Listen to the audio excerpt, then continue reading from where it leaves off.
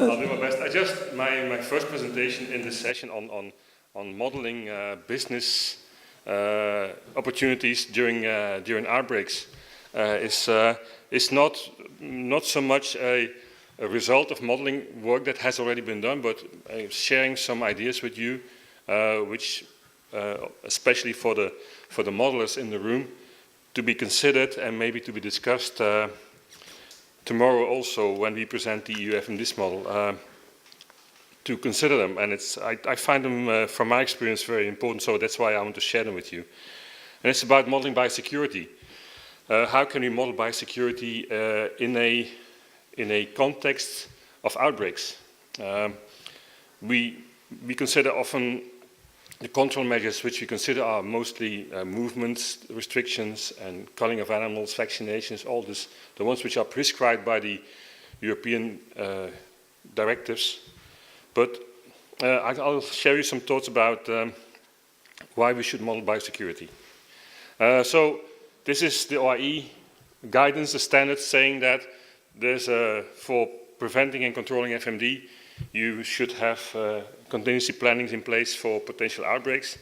And in there, of course, there's on the fourth bullet point, there should be strict quarantine and controls and movements of livestock, equipment, vehicles, etc., to guarantee a eradication of the infection after an outbreak.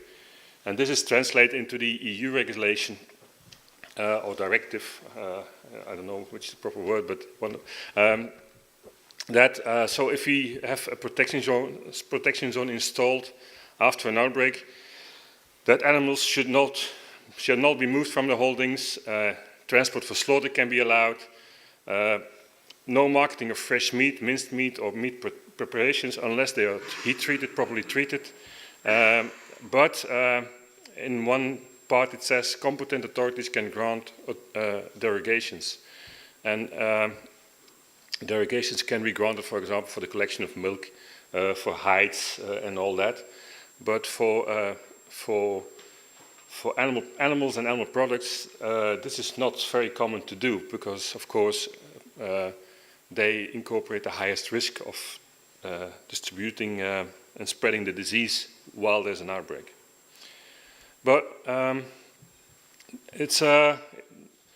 animal welfare is also a big issue during outbreaks, and we have seen not only by culling animals, but also keeping animals inside when they are in restriction zones. And of course, welfare slaughter is possible, but means that we have to, sometimes have to start culling more animals in welfare slaughter than into preventive culling, so that this can get completely disproportional.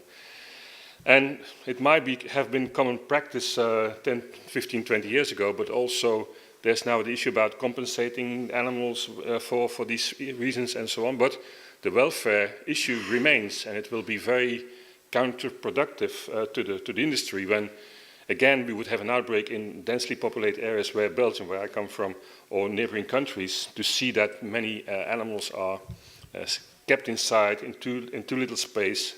And certainly the current farming systems, especially pig farming and also dairy farming, they have problems with young animals because for pig farming, the industry is now, well, I shouldn't call it the industry, the farming sector is organized in such a way that every week on a furring farm, every week new piglets are born.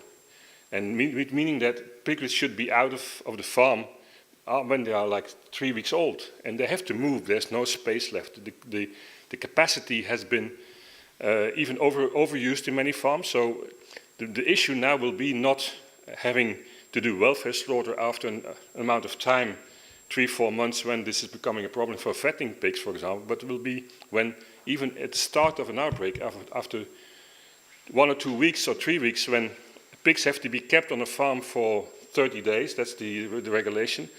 These piglets, they have to go, they have to get somewhere. And then we can start, of course, slaughtering all these piglets, which is not, well, which is economically maybe sometimes a good solution, but welfare-wise, it's going to be a big issue. And therefore, we should consider safe removal of young animals from holdings in protection zones. And that's piglets is one thing, but calves is to the field calf industry is another thing. Of course, it also has there's also an economic impact when controlling outbreaks.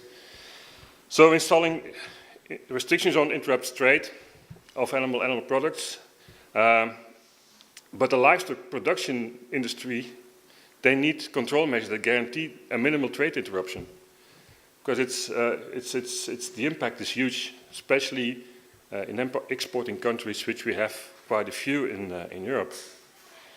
But on the other hand, veterinary authorities want no risk of spreading. That's for them is the most important thing. So there's a trade-off. So one side there's the private sector saying, okay, let's continue with trade as much as possible because we are looking at economical issues and welfare issues.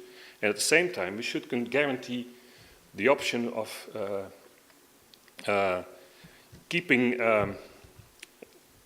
make sure that there's no risk for spreading. And in certain, I've experienced in, for example, for avian influenza in the poultry sector, there the industry has come with ideas to continue trade, but at the same time guarantee no risk for spreading. So what we need to do is enhance biosecurity, and that's coming to.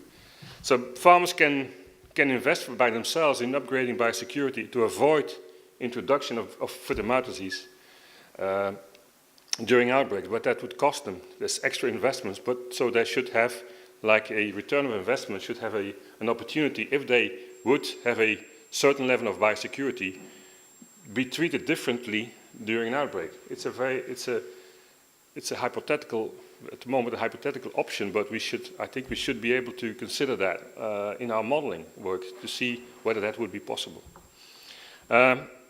But also private sector can engage in contingency planning. It's already done for the dairy sector, for example. Dairy factories, they will collect milk and treat it and make sure that the milk is collected from farms in protection zones. But at the same time, so if we want to enhance biosecurity from the private sector, the private sector still has to convince the veterinary authorities by achieving trade of animals and animal products in restricted areas without risk for foot-and-mouth disease transmission. And as I mentioned already, there's an opportunity there for simulation modeling. I mean, the most of the simulation models which are out there consider the different control options, looking at vaccination, at culling, movement restrictions, but don't include biosecurity in that. And so we can evaluate the impact of different biosecurity levels on disease spread. With that, we can also look at the economic results of that, include also welfare impact as a model outcome. And that model, those modeling results could actually feed the discussion and dialogue between the public and private sector to come to a solution in this important issue, because if I can speak for Belgium, if we have a new outbreak of EuFMD in Belgium, it's going to be a disaster with the current regulation from day one because of these issues of welfare and biosecurity. So this is just a message to you, for me, for the models to think about it. Tomorrow I will be again presenting the EuFMD model, which was developed by Graham Garner and Richard Brantos, who is here with us today. And I all invite you to come to see that tomorrow and engage in a debate on the future of simulation modeling. And we can use the EuFMD model as a basis, but you can also, of course, contribute with your own modeling work. So tomorrow, 11, we will join together, and I'm all inviting you kindly to join us. So this is my talk. Thank you.